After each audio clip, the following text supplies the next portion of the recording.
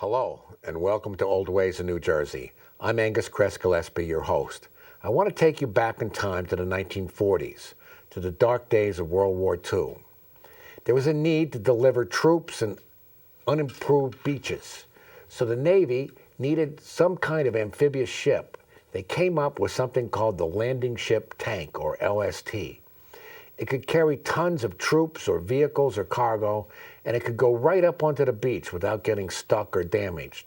An anchor and a winch system enabled it to pull itself off the beach. During the war, more than 1,000 of these ships were built. After the war, most were sold or scrapped. Today, there are hardly any left. But without the courage and sacrifice of these men, victory would have been much more difficult and taken much longer. Fortunately, there's still a few men alive today who remember. We're here in the studio today with Phil Schreiber, a Central Jersey resident and a U.S. Navy veteran of one of those LSTs.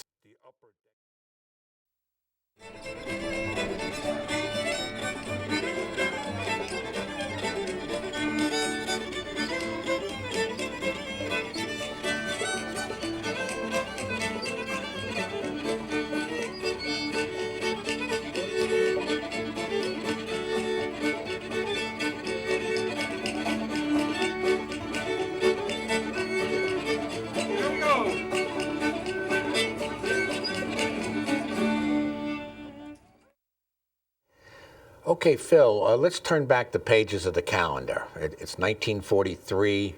You're a teenager living in Elizabeth, New Jersey, and you decide to volunteer for the Navy. What led you to volunteer?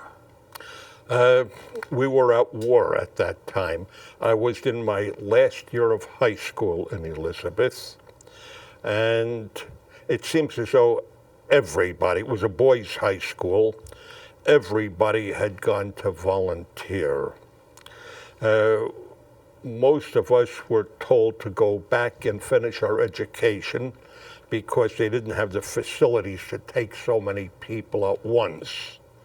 And that would be more valuable if we completed our education, since it would only take another year. So it was the impulse to go was because we had been indoctrinated more by the media than anything else because of the war in Europe and the war in Asia. We saw all of the horror films of the people being arrested for concentration camps, the countries being bombed, and the people in the devastated areas in China, Poland, Czechoslovakia. And I lived in Elizabeth, which was a town composed mostly of immigrants. People, most of them had left Europe because of the situation there, which was not good for them. Yeah. And they felt that if the Nazis were to be successful, our days would be numbered. So that it was necessary to fight them. So, and that was pretty widespread. Just about everybody felt that way. Just about everybody. Yeah. So you went off for basic training. I guess that's in Newport, Rhode Island. Yes. And how long was that?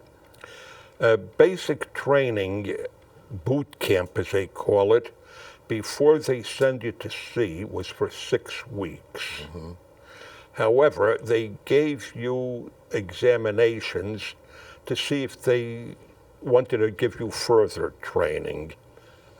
Based on those examinations, I was sent for further training to radio man school.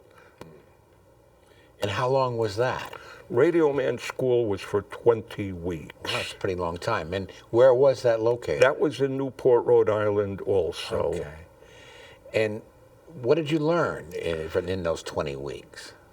We learned how to operate radios, not only how to send, but how to transmit, as they say, but how to receive, which meant we had to know how to use the various radio receivers and the various radio transmitters. Some used voice messages, some used Morse code. I was trained as a Morse code operator. Obviously, Morse code is harder than voice. Completely. It's a new language. It's completely new language. Not only is it a new language, but it's new sounds that you have to adapt to. And the important thing was, because of the volume of work that you'd have to do to build up speed and accuracy. So it was practiced 12 hours a day, 7 days a week. Now, as I understand it, once you're on a warship at sea during combat, not only do you have the complication of dealing with Morse code, but the message is not in plain English, it's in scrambled English, it's codified. So you're really translating gobbledygook. That's right. The messages would come over in 5-letter groups. They were always in a 5-letter group. But these weren't words, it's just nonsense. No. And the code changed every hour. Oh, my goodness. So the officer who decrypted the message had an electric coding machine and the key to how to set it for the next hour's code. So it was completely undecipherable. And required a great deal of concentration. Complete concentration. You became really a conduit between the radio and the typewriter, because you could type faster than you could write, and it was more legible. Wow. So eventually you're assigned to LST Landing Ship Tank number 991. Yes. And I guess you picked it up at the Boston Navy Yard, is that right? It was being built at the Boston Navy Yard. They coordinated the training of the crew before the ship was even completed. We did our LST sea training ashore on a wooden LST in Norfolk, Virginia. Very interesting. Yes. And It's a mock-up, so to speak. it was a mock-up. And they gave us temporary assignments, because on a ship you have different jobs. You have the job you're trained for, and then a radio operator is naturally trained to do the radio work. But in combat, called general quarters, you have to man a gun or work with the ammunition. For general quarters, I was assigned to a 20 millimeter anti-aircraft gun. And the officer in charge, the gunnery officer, assigned me to point the gun, which took a 4-man crew. One man loaded the gun directly. Another was called a trunnion operator. He would swing the gun to the right or the left, and the fourth guy would deliver the ammunition to the guy who actually loaded it into the gun. So were you the gun captain then? I was called the gun captain, and I pointed out to the gunnery officer, Mr. Remick, I still remember his name because he became captain of the ship, that I'm nearsighted and I need to wear glasses. So he says, don't worry about it. He said, this is just for the initial phase here. He says, because you're not going to be firing a gun anyway. It didn't turn out that way. Okay. So the ship is commissioned May the 6th, 1944. And you're assigned to the Pacific Theater. Yes, we didn't know it at the time, though. And there's a picture here on the table of LST. Tell us roughly what the length, the width, what are the dimensions? Okay, the LST is built, it's a 4,000-ton displacement ship, which is big. It's larger than a football field. This model was 328 feet long and 50 feet wide.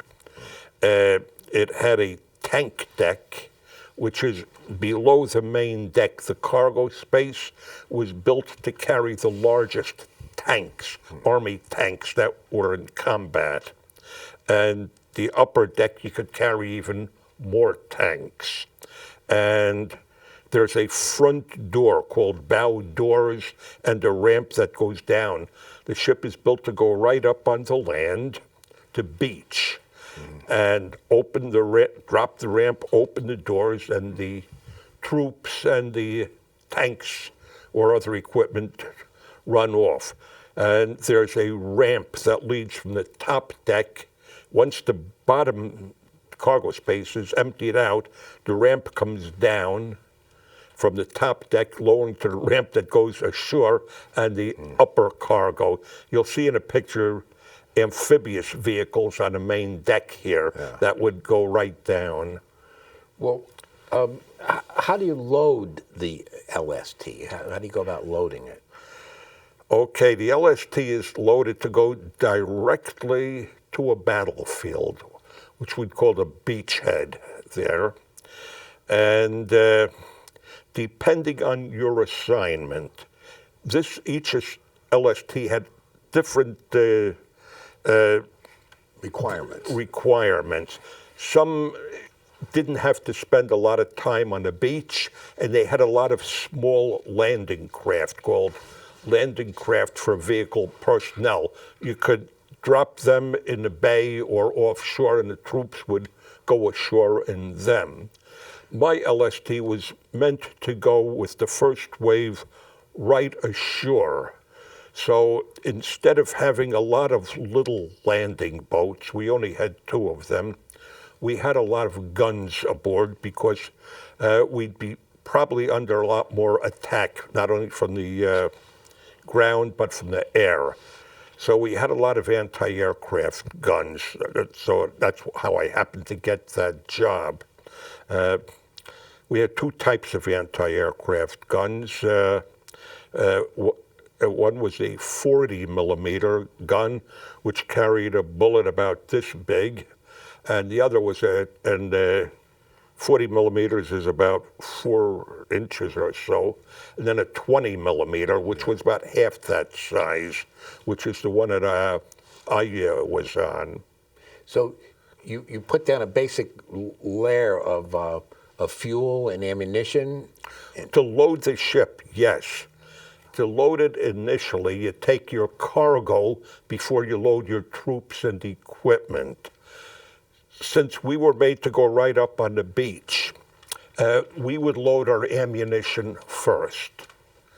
That was not the ship's ammunition, but the ammunition used by the troops, or in many cases from the ships bombarding the island, the battleships and cruisers. We'd load, for a battleship, we'd load like 16 or 12-inch shells. For mortar craft, we'd load mortar equipment, white phosphorus shells, which were meant to burn out the forests and the palm trees. And then on top of that, we load the fuel, the drums of gasoline for the tanks and the vehicles. And then you put a layer of wood on top of that. And then the vehicles would go right on there. And then at other times, if we were going to invade an island that was had a barrier around it, like a reef, we would load what you might call a bridge. They were self-propelled pontoons that would float in the water, and you could drop them in the water, and they'd attach, and we'd build what we called a causeway. There. So I can conceive of a situation. You land the tanks, they roll off onto the beach, but then maybe other LSTs have to come ashore. Maybe you have to go back out with your ammunition and your fuel still on board. That's exactly what frequently happened. It always happened that way during the initial attacks. Later on, it wasn't necessary. So there you are sitting out there with ammunition and fuel. You're kind of like a sitting duck if you were to be attacked with all that explosive material on board. It's easy to laugh about it now, but... Yeah. When And you're, I've heard it said that LST sometimes was referred to as Last Sea Tour exactly, because it's very hazardous, right? or a large, slow target. Yeah. Yeah, it's pretty hazardous because it's very vulnerable to attack. Yes. Yeah. Well, how many of the crew had been to sea before the war? About of the crew, there was about 130 in the crew, and about 6 had been to sea before. Wow, wow. And what was the background of the skipper? He was a concert pianist. And the executive officer? He had retired from the Navy and was called back to service after being in retirement. He had been a chief boatswain's mate. He'd been an enlisted man, and they gave him a commission and brought him back as second in command. Wow. When you were crossing the Pacific with your LST, did you ever experience submarine attacks? The first submarine attack was on the way to Guadalcanal. We weren't in the invasion of Guadalcanal. We came much later. But we were attacked by submarines off the island of Nauru, which is, before you get there, we had left from Pearl Harbor, and we were passing this Japanese island where we had a submarine contact. The escorts dropped depth charges, and they saw the oil come up from there. Yeah. But they never fired a torpedo at us, not at that time. Now, as I recall, you told me when you went away to sea, as an Orthodox Jew, you had promised your mother that you would pray every day. How did that work out? All right, I was raised Orthodox because my parents came from Eastern Europe where that was all they did. Yeah. And part of the culture was to put something called tefillin on. In English, it's phylacteries. It's you say a prayer where you'll put the words of the 10 Commandments and the Bible on your head. And it's a little box that goes on your head, and they'll be next to your heart. So you wrap it around your arm, and it's next to your heart. And you say the appropriate prayers while you're doing it, that you'll obey the 10 Commandments and the laws of the Bible. And you're also praying for the safe return of the ship, I presume. You're praying for peace, actually. Yeah. Shalom is the byword for peace, yes. And what happened was my mother made me promise to take the tefillin with me. But there was no privacy on the ship, absolutely none. So you have to do it before noon every day, as early as possible, usually before you have breakfast. So the place that was most private was the bow of the ship, right where the bow anchors are kept. And no one ever goes there. And there was a gun station there. It was elevated with a 40 millimeter gun, which shelter you from the spray and everything. And the first day at sea, when we left Boston, I went to put them on, and the captain was on a bridge at the other end of the ship, and he obviously saw it, and he sent someone to find out what was going on. What are you doing up there? Yes. And so I explained it to him that why I'm praying for the safe return of the ship and everything else. And he said, well, you continue to do that. And didn't he instruct the rest of the crew to leave you alone while you're doing it? Yes, the next morning, every morning we had to muster where they count everybody, you line up in line. And he says, everybody who said a prayer for a safe return, please step forward. And nobody but me stepped forward. And he said, come up, and he said, I want you to take a look at this guy. There was a different religious and racial culture in the 40s.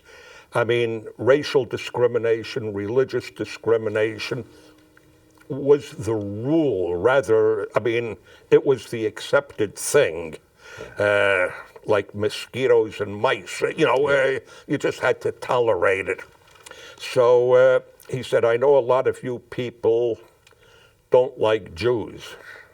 He said, but this man is praying for our safe return, and since no one else is, anyone who interferes, I personally will throw to the sharks. Wow. So became friends with everybody right on the spot after that. That's a great story. And what a wonderful captain. Yeah. Yeah, yes, wow. he was. So getting back to the combat situation, were you ever attacked by enemy aircraft? Many, many, many times. We were in 6 major battles. Wow. 6 major battles. And in every one, we were attacked by conventional bombers and attack planes, but the suicide kamikaze planes, not only planes, suicide kamikaze submarines too, that would crash into you. Also suicide boats and suicide swimmers. Wow. So with regard to the airplane attacks, were smoke screens effective? Very effective. Everybody carried smudge pots, as we called them. They churned out black smoke, and they were very, very effective, but not 100%, because at sea you have wind, and the wind shifts. You never know which way it's going to shift. The wind could disperse the smoke. It does. It does. Did you ever take any Japanese prisoners? I did take a prisoner.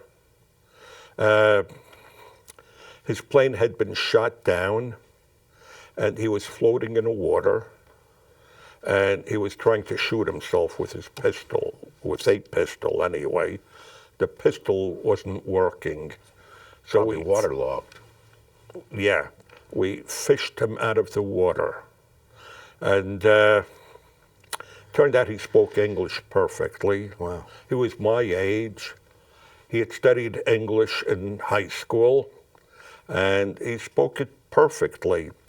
And we became friends. His name was Sadeo Nakamura. He came from Shikoku in Japan, because I had him for quite a while, and really got to know the guy. Huh. Amazing. I recall you were at Leyte. Of course, it was described probably the biggest naval battle of all times, and you were under attack. And as I recall, you were proceeding to leave, but you received a challenge. But you were under radio silence. So how did that all work out?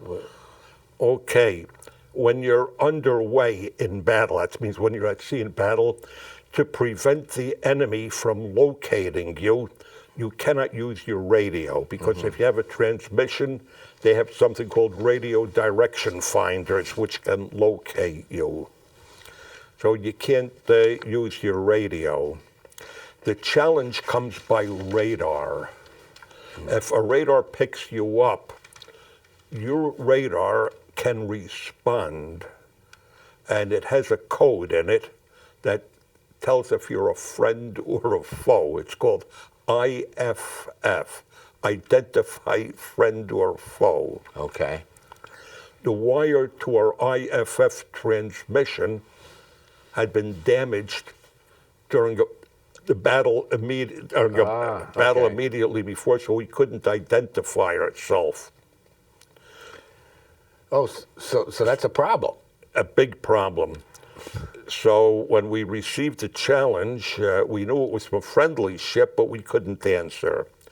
So the captain said, all we can do is demonstrate that we're not on a belligerent mission, by stopping our engines and just drifting with the tide in Lady Gulf during the battle for Lady Gulf. We might appear as a damaged ship, that would, hopefully, and they'll hold their fire. It was at night. And when the sun came up, we found 3 warships surrounding us so that they could all fire at us simultaneously. Wow. And what was it like on your ship when you got word of the Japanese surrender? Everything went wild. Everything went wild. The first things that went wild, first guys to go wild, were the signalmen. The signalmen are the guys who wave flags and do the blinker, and they fire these signal pistols.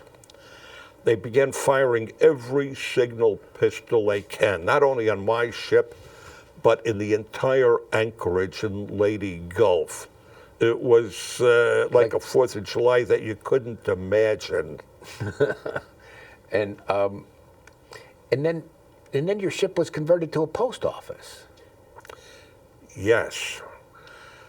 When the war ended, when we saw that we weren't, after we dropped the atomic bomb, there was close to 1,000 of these LSTs that had been ordered, but most of them wouldn't be needed.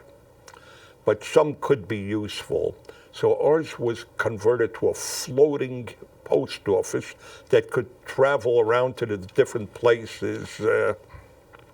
We're designated as Floating Fleet Post Office number 18, and we received a big contingent of petty officers who were rated as mailmen and postal officers.